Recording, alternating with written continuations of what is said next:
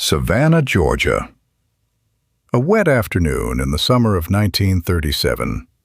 The heat sat over the streets like a hand pressed flat against the world, and the air smelled of river water and tobacco. A touring bus rolled to a stop outside a low brick building on a side street, its engine ticking as it cooled. Behind its windows sat a band of tired musicians who had been on the road for weeks, moving from one southern town to the next, sleeping when they could, and playing every night the road allowed. And among them sat one of the most famous men in America. Louis Armstrong had played for kings in Europe. His records sold in cities he would never see. His face was known in places where nobody spoke a word of English. When he lifted his trumpet, entire rooms leaned forward as one. But on this particular afternoon, there were no lights and no crowd. He was simply tired, thirsty, and looking for nothing more than a cold drink and a quiet corner to rest before the next show.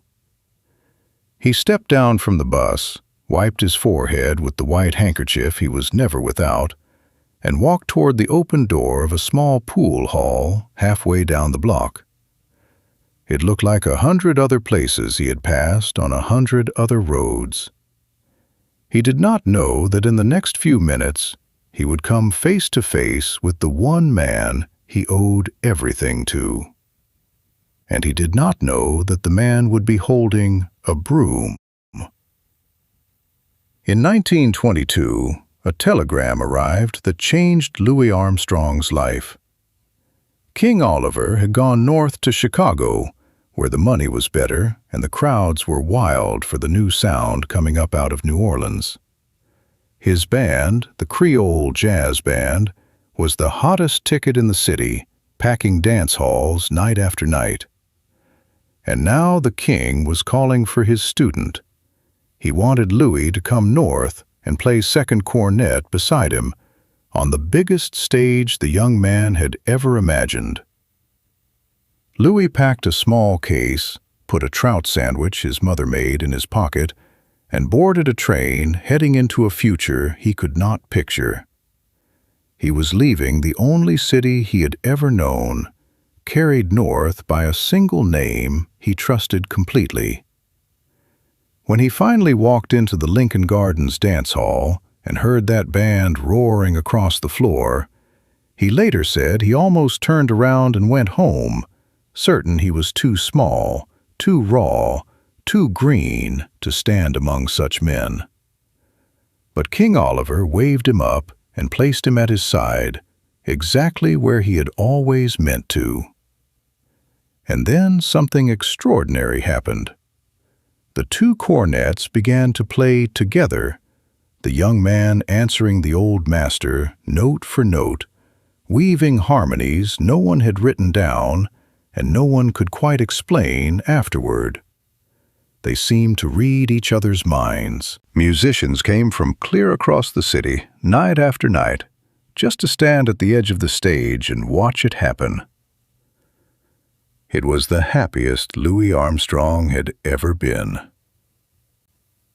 Standing beside the man who made him, in a room full of dancers, playing music that felt like it might last forever.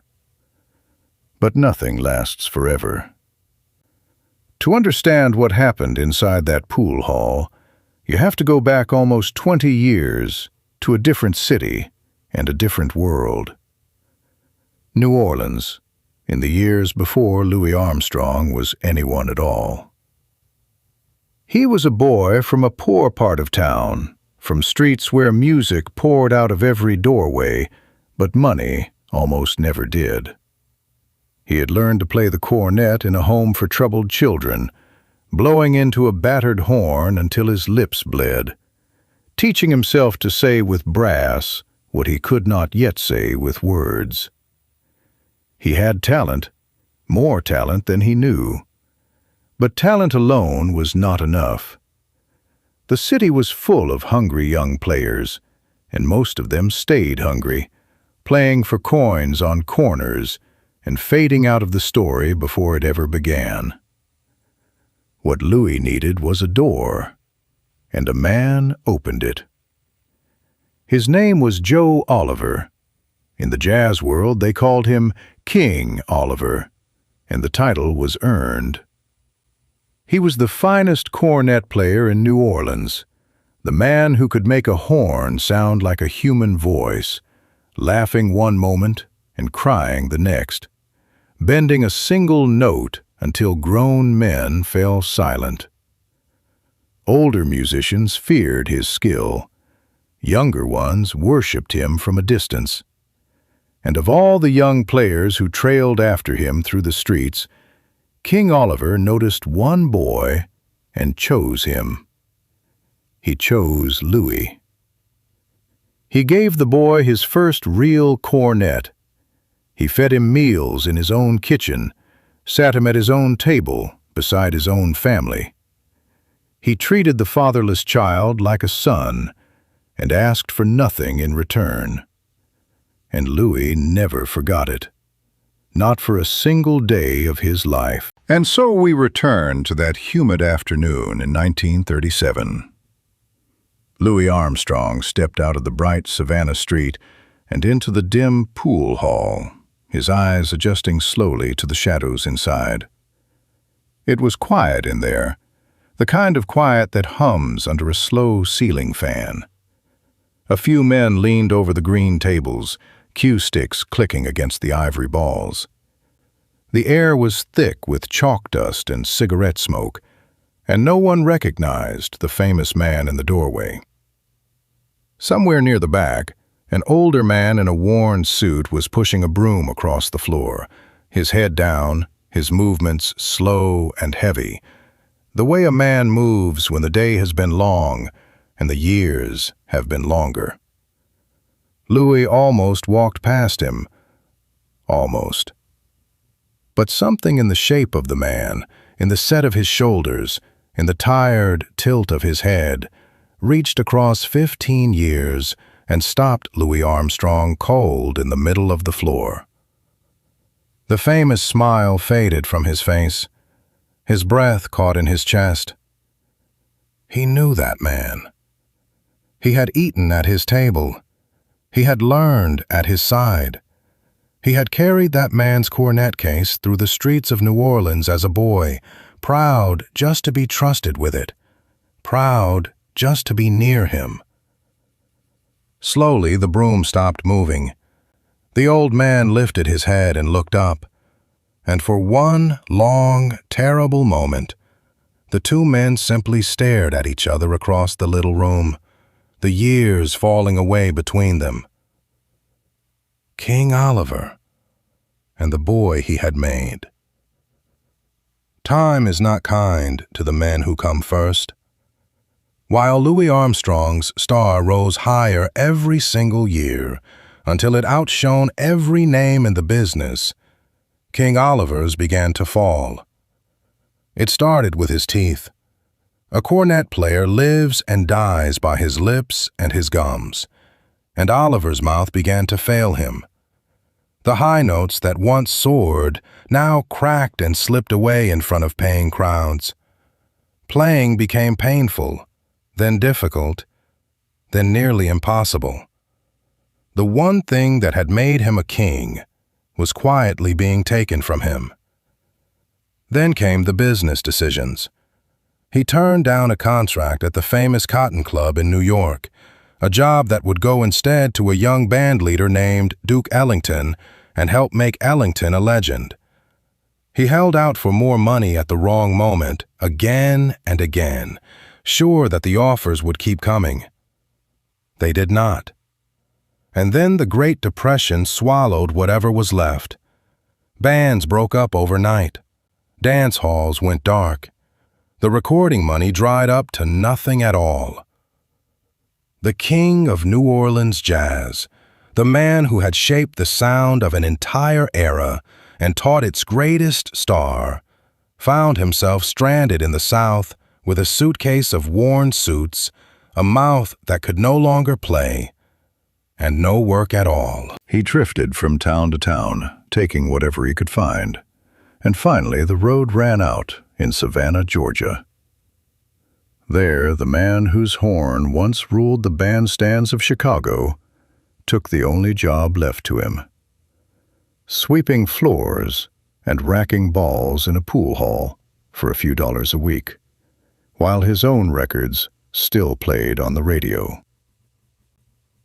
Louis Armstrong climbed back onto his bus that afternoon and rode on to the next city, the next stage, the next roaring crowd waiting for the man with the golden horn. But he carried Savannah with him, mile after mile. He would send money south when he could spare it. He wrote to old friends about the king, urging them not to let the man be forgotten, reminding them who had given jazz its very shape. He wanted the world to remember. But it was not enough. Deep down, he must have known it could never be enough. In April of 1938, less than a year after that meeting in the pool hall, King Oliver died in Savannah. He was only in his early 50s, though the hard years had made him look far older. He had almost nothing left to his name.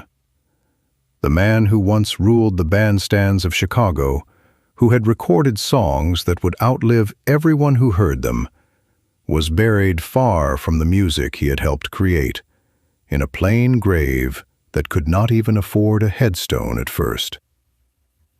And when the news finally reached Louis Armstrong out on the road, the most joyful entertainer in the world, the man famous for never stopping smiling, sat down in silence and wept like a child.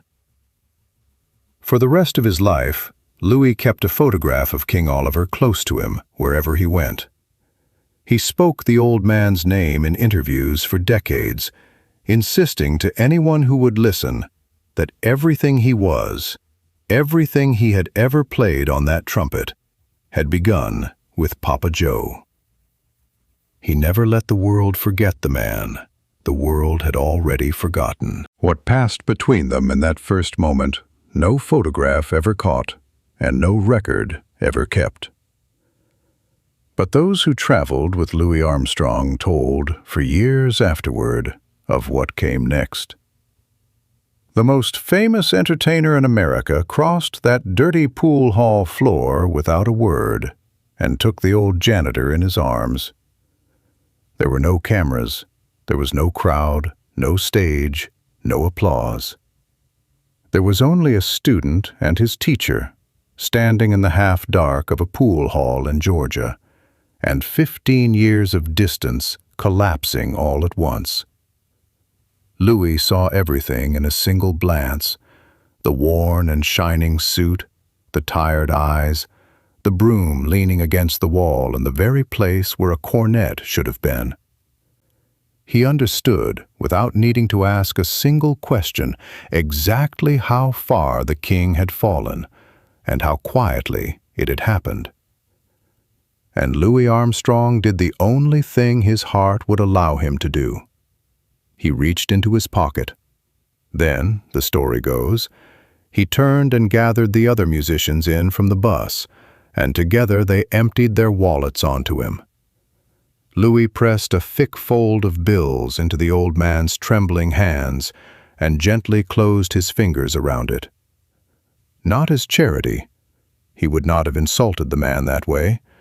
He gave it as a debt from the hungry boy who was once fed at that man's kitchen table, finally, quietly coming home. And King Oliver, who had been too proud to beg from the whole wide world, lowered his head and wept in front of the child he had raised into a legend. Today, when the world remembers Louis Armstrong, it remembers the broad smile, the golden trumpet, the warm gravel voice singing of a wonderful world. It remembers the applause, the movie screens, the fame, the seat at the very top of American music that no one could ever take from him. Almost no one remembers a hot afternoon in a Savannah pool hall, or the old man with the broom who never got to hear how the story ended, who died before the world could think to say thank you. And yet everything the world loves about Louis Armstrong began with that man.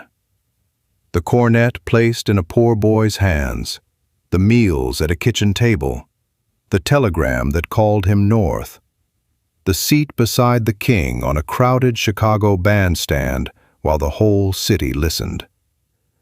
Louis understood something that fame never taught him and never took away from him. He understood that no one climbs alone, that behind almost every legend there is a quieter person who opened a door at exactly the right moment and then asked for nothing in return. So he carried King Oliver with him to the very end, in his words, in his music, in a worn photograph tucked close to his heart wherever the road took him. The world forgot the man who made him. Louis Armstrong never did. And maybe that, more than any song he ever recorded, is the truest and most beautiful thing he ever gave us.